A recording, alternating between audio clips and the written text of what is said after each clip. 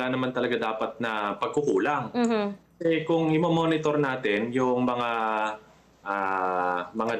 na import na bigas, kahit na nagkaroon na ng import ban last year, ay sakto pa rin yung supply ng bigas.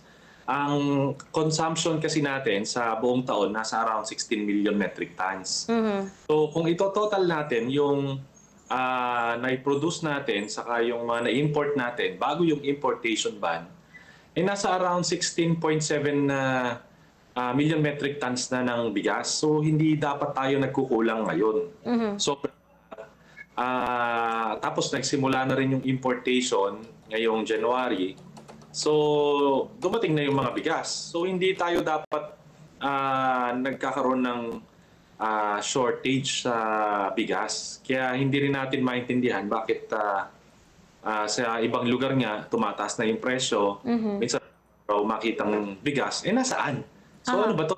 Parang hoarding na itinatago na yung mga bigas natin para tumaas yung presyo ng bigas. Mhm. So ito dapat tama yung sinabi ng DA, hindi naman talaga tayo dapat magkaroon ng shortage. At sana maimbestigahan itong pagtaas ng presyo ng bigas kasi hindi naman wala nang talagang shortage. So sana maimbestigahan 'to, ano ba, hino-hoard ba yung bigas, saan ba itinatago, bakit parang nagkukulang. So mathematically hindi tayo dapat kulang sa bigas. Yes, siguro maganda na magkaroon din ng announcement ang National Bureau of Investigation at ibang law enforcement agency. Hanapin natin nasaan yung ibang supply, baka nga may nagho-hoarding. Kasi sinasabi ng DA, wala naman talaga tayong shortage, Mhm. tayo mag-alala, pero bakit nga tumataas? So mukhang nagkakaroon nga ng hoarding. I-monitor natin itong mga na-import na bigas ngayong taon, nasaan? Saan napunta? Saang warehouse? Tapos sino yung mga nag-import? Sino ngayon ang nasaan ngayon yung mga warehouses na yan para alam natin na iti-trace natin saan ba napupunta ngayon yung mga bigas. Eh maganda pa naman yung nangyayari ngayon, Bobo Justin, na Mhm. maraming may mga ano na rin, umaani na at Mhm. mataas ang presyo ng palay. Yun naman ang maganda sa atin, mataas ang presyo ng palay. Pero ang mga magsasaka, hindi yan na papayag na ah, tumaas naman ng sobra ang presyo ng bigas. Ang gusto lang naman ng mga magsasaka, patas na presyo eh. So, maganda na yung presyo ngayon. Pero sana wag itong magamit.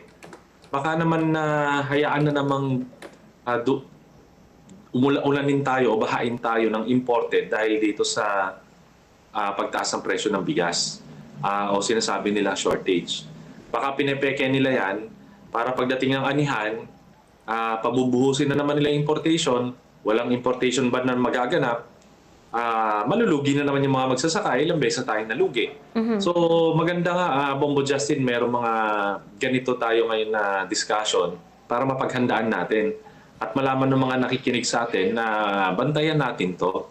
Wag nating hahayaan na maging dahilan to para bahain na naman tayo ng imported na bigas sa nalalapit na anihan.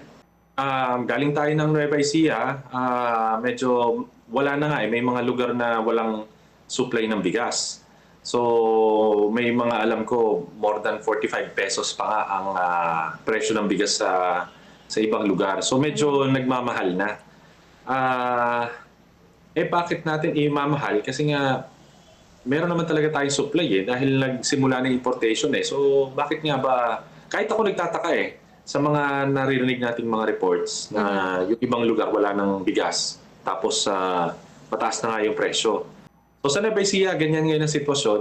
Yan yung mga reports na naririnig natin. Hindi lang natin alam kung kumusta naman sa ibang probinsya.